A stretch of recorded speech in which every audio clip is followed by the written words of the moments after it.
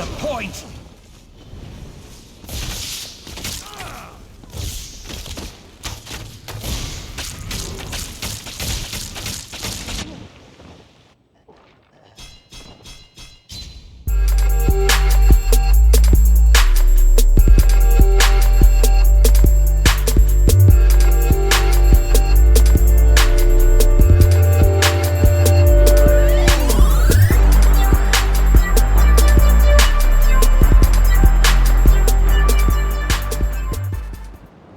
Shalom YouTube, it's your boy Micaiah, aka the Hawkeye Hebrew, coming at you with another build video.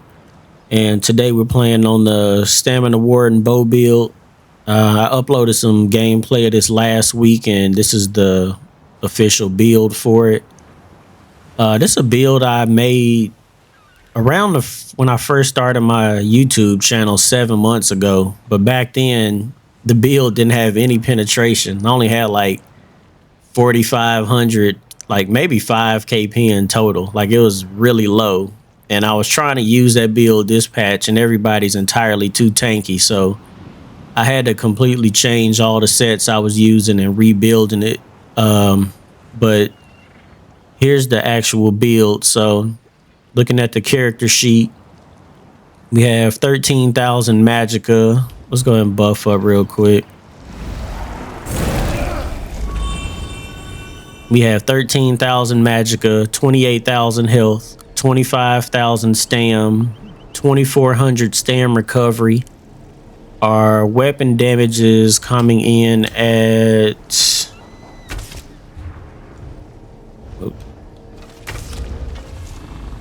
5,500. We have 20% crit, which is nothing. We have 10,000 pen. And that actually will go up with the minor fracture buff from snipe. So we'll have about 13,000 total penetration. Our resistance is coming in at 17k. And then we have 1,320 crit resistance. As far as attributes, we have 58 points in the health, 6 points in the stamina, using the lava foot soup and salt rice, serpent mundus, and then my race is a red guard. For the gear sets, we're using new moon acolyte. I had to swap to this because I wanted the 500 weapon and spell damage from it in the line of pen. I know I've been using this set a lot lately, but this is, I think, the only other set that offers this kind of damage in pen is Titanborn, which I don't have. So I decided to go for the new moon acolyte. Once again, we're using a sharpened bow. Like I said, I'm using the 500 weapon and spell damage in the line of pen. That's what we stack. I wanted to stack damage and pen, so that's the first set that I decided to go with. We have the double dot poisons on there just for additional dot pressure. On the back bar, we're using the master bow, and I have that infused with a weapon damage glyph. And then the master bow gives you an additional 330 damage against targets affected by your poison arrow. So that 5,500 weapon and spell damage you see, add an extra 330 to that, depending on what target you're fighting. It's only that one target that you hit with poison injection, so that's why we're using that. I have a one-piece crag. Never mind the trait. I'd probably want that well fitted. And then our second 5-piece set of Spriggans. I honestly think this is the first time I've ever used Spriggans. I don't think I've ever used it in a build. But once again, I wanted the damage and the penetration because everybody is extremely tanky and they just have so much healing. So I wanted as much pen as I could get. So I decided to go Spriggans for the first time ever. I got that chest piece reinforced. I probably will leave that the way it is. I like having that. And then all my other traits are divines. I ran a lot of divines on this build. We got the Spriggans shoulder divines, Spriggans belt divines, Spriggans bracers divines. I got New Moon Acolyte, Guards, Divines, and then we have the Spriggan's Feet Divines. As far as jewelry, I got New Moon Acolyte Swift with weapon damage. We have the New Moon Acolyte Ring infused with weapon damage, and then we have the Ring of the Wild Hunt infused with weapon damage. So that's pretty much the bulk of the build. A couple patches ago, I was using Marksman and Sheer Venom, which I still like Marksman. I just wish it had some penetration to it. I mean, the recovery that it gives is nice, but we already got a lot of recovery, so it's kind of why I decided to switch the sets. Looking into skills, we have Bombard. This skill is kind of like, it's almost like my execute, really. Like, you'll see me in the gameplay spamming this when somebody get low health, and it's because it freezes them in place and it makes it where they can't move. A lot of times, I don't know, you probably notice, you'll see people, they'll be blocking like this and they'll be bashing and they can't move. It's because somebody hit them with immobilized. So that's pretty much why we use that. And we kind of alternate that with Magnum Shot. And the whole purpose of the build is to be annoying as hell and freeze people in place while you're doing damage to them. So Bombard is kind of like our main spammable, I would say. Bird of Prey, Major Expedition. We're using it for the Minor Berserk, and we need a Animal Companion ability on this bar so that we get the 12% mag and stam recovery. That's why that's there. I've really been liking this Budding Seeds heal. This is kind of like my main heal now. And the reason why I put this on the front bar is because the way that I use it is right when I'm about to walk into an engagement, I just drop it on the floor and then I can walk out of it. I can fight. And as soon as the timer go down, you see that 11k heal. That's kind of how I use this. Like, let's say this guy is the enemy over here. I'll drop this down, then I'll start fighting. I could roll dodge a little bit, hit vigor, hit that, and I just got like a lot of healing coming in while I'm staying mobile. I don't have to stand in that circle to get the heal, so that's kind of why I'm using this. And that heal like really be saving me sometimes. So we got Magnum Shot. This is our main stun. This thing hits like a truck. I really wish I had the Black Rose Prison Bow. If I had that, that's probably what I would be using on my front bar with this, but I don't have it. I really need to farm for that. And then I have Focus Aim. Like I say, we're using this morph because it gives the Minor Breach, so that's more penetration. As far as the ulti, Toxic Barrage, back bar, we're using Poison Injection for the Master Bow. We have our armor buff, Vigor, Living Trellis. That's our other, I guess you can call it burst heal / heal over time. And then Bull Netch for our weapon damage buff. Sometimes I don't use this often. Mainly when I'm using this is like if I see a teammate about to die or something, I'll drop it for them.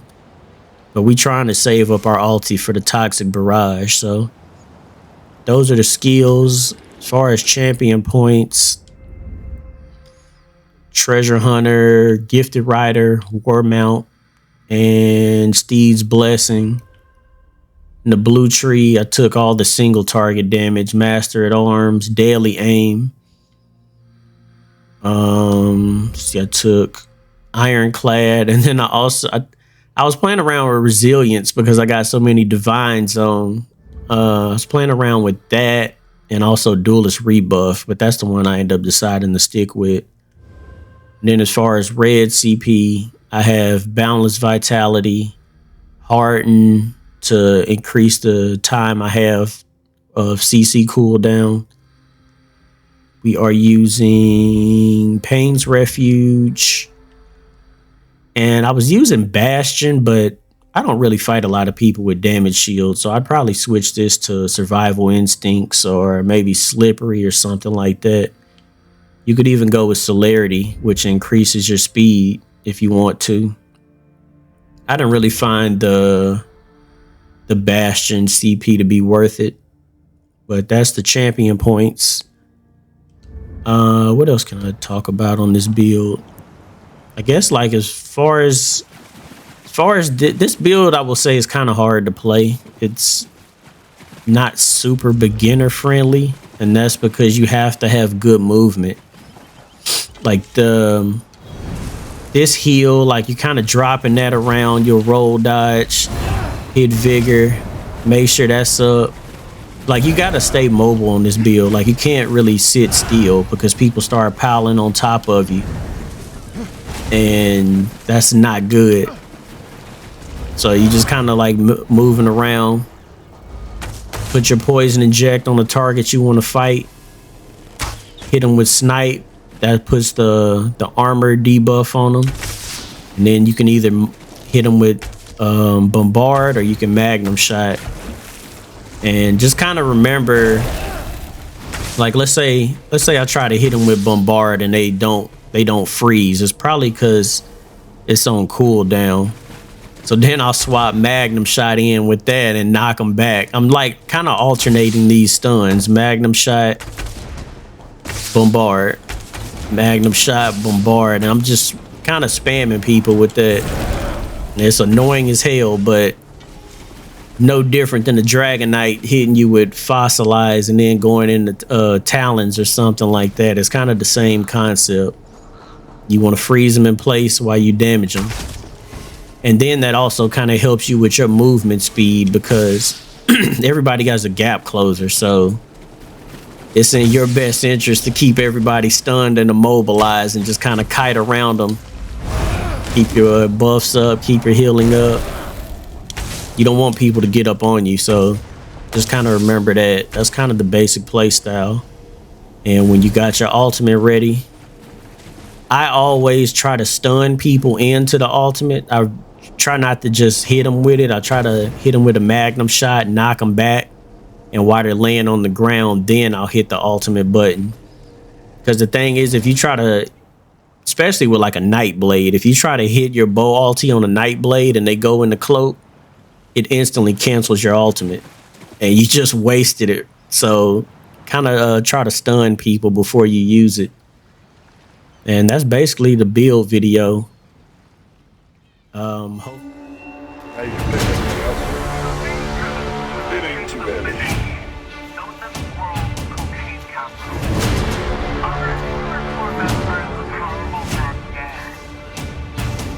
Once we got that,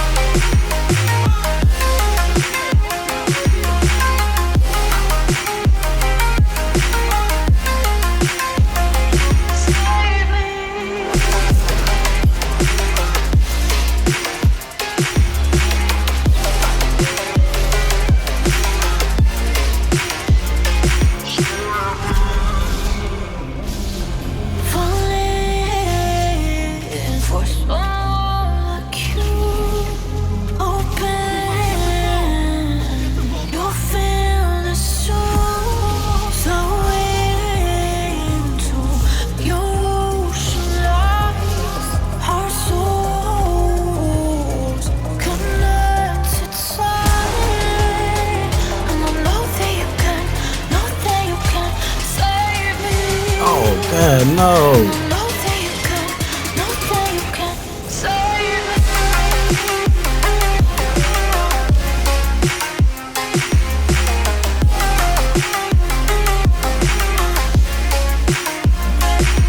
One dude gone.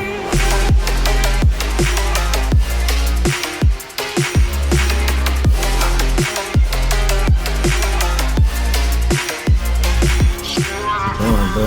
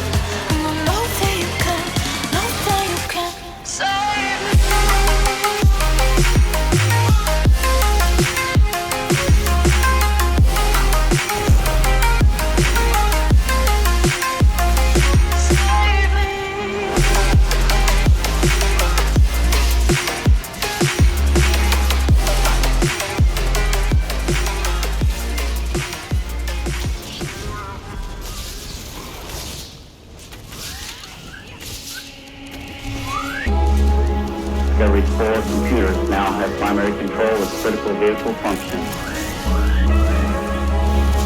Discovery, go at the throttle. The clock has started. 3, 2, 1, 0. Liftoff of mission 41B, the first flight of the orbiter Discovery, and the shuttle has cleared the tower.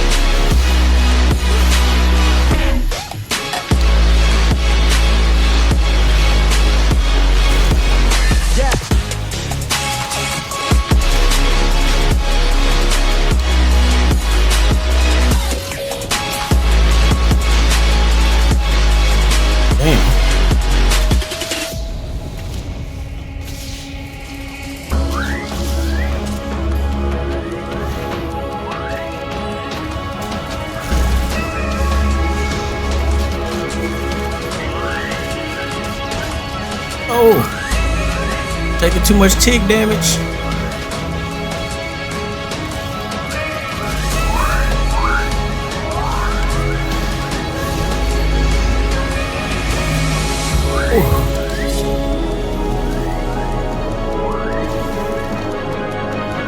Damn.